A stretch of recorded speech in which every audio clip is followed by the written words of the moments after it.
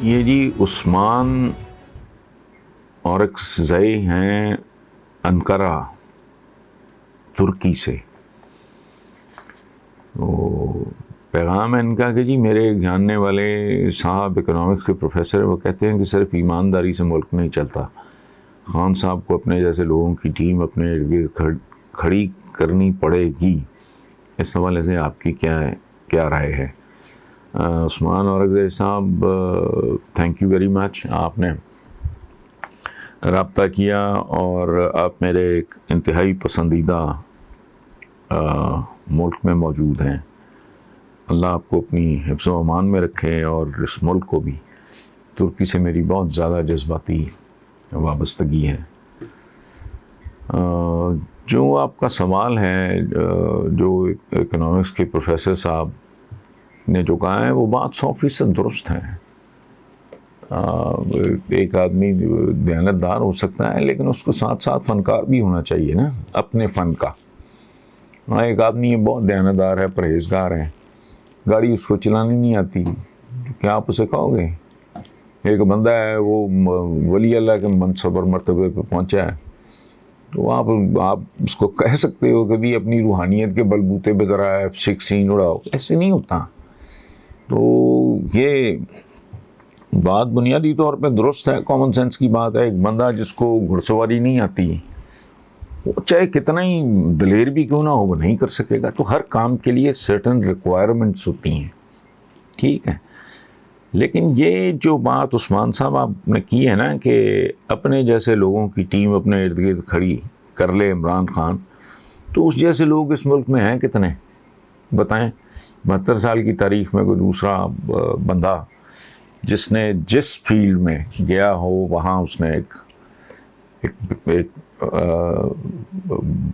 بہت impact create کیا ہو، اور اس کے بدترین دشمن بھی جو گھٹیا پن کی آخری حد تک بھی چلے جاتے ہیں، وہ بھی اس کو بددیانت نہیں کہتے، اور طریقے سے وہ ادھر ادھر. الیکشن کے دنوں میں ہنسا کرتا تھا جب وہ کہتے دیکھیں جی عمران کے ارد گرد بددیانت لوگ کھڑے ہیں، تو میں ہنستا تھا کہ تم میں اتنی جرت نہیں ہے عمران کہنے جیسا ہے کہ تم اس کو کہو بس دائیں بائیں. اچھا، بات جو آپ کر رہے ہو کہ اپنے جیسے لوگوں کی، اس جیسے ہیں کتنے. اینڈ آن ٹاپ وہ تو خیر ایکسیپشن ہو گیا نا، عمران کو علیحدہ نکال دیں. مجھے آپ صرف یہ بتائیں کہ وہ پاکستان سے LC کھولے لوگوں کی، اب بتائیں وہ لوگ کہاں سے لائے؟ یہی مٹیریل ہے نا جی، یہی میں ہوں، یہی آپ ہیں، یہی اس کے ارد گرد اکٹھے ہوئے جو تھے ویسے ہی لوگوں نے نا. اور یہ بڑی انفارچونیٹ بات ہے کہ بے غرض اور بندہ قابل بھی ہو، کیپیبل بھی ہو، اور سیلف لیس بھی ہو، اور وہ ملک اور قوم کے لیے کچھ کنٹریبیوٹ کرنا چاہے. ہماری تو سیاست کا اوور آل ایک انوائرمنٹ اس طرح کا ہے کہ میرا خیال ہے جس آدمی میں تھوڑی سی بھی کوئی شرم، حیا، گریس، وقار ہوگی، وہ تھوکنا بھی پسند نہیں کرے گا. کلچر ہی ہماری سیاست کا بڑا عجیب سا ہے، گندا سا. یہ اس میں کوئی میرٹ شیرٹ تو ہے نہیں، بس چمٹ گئے، دھکے دھکے کھاتے رہے، خوش آمد، چاپلوسی، فلانا کو پیسہ، میں اس طرح کی حرکتیں کر کے اندازہ لگائیں کوئی مطلب. میں کیا بات کروں، مجھے بات کرتے ہوئے حیا آ رہی ہے کہ جی اب بھٹو صاحب، پھر ان کی صاحبزادی، پھر ان کے داماد زرداری صاحب، پھر آگے ان کا بیٹا. اب اگر اس طرح ہی اسی کو جمہوریت آپ نے کہنا ہے تو کہتے رہیں. ہماری سیاست ایک خاص طرح کے لوگ اس میں آتے ہیں.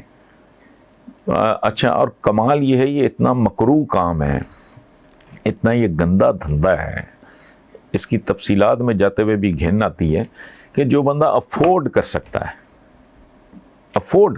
ہے کمفرٹیبلی کہ جی وہ 5-10 کروڑ روپے الیکشن پہ بھی خرچ کر دے، وہ بھی جب دیکھتا ہے کہ یار یہ کیا گندا مٹیریل ہے، ان لوگوں کے ساتھ میں جلد سے جلوس ہیں، فلانا ڈمکانا، دفعہ کرو، لعنت بھیجو کو اور کام کر لو.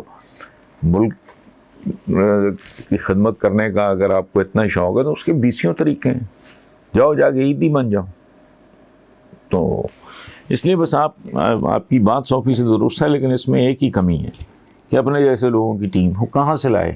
آپ مجھے بتائیں، میں اسے کہتا ہوں LC کھولو، بندے امپورٹ کر لو، کوئی جرمنز بلا لو، کوئی فرینچ آ جائیں، کوئی جاپنیز آ جائیں ملک چلانے کے لیے، اف اٹ از پاسبل.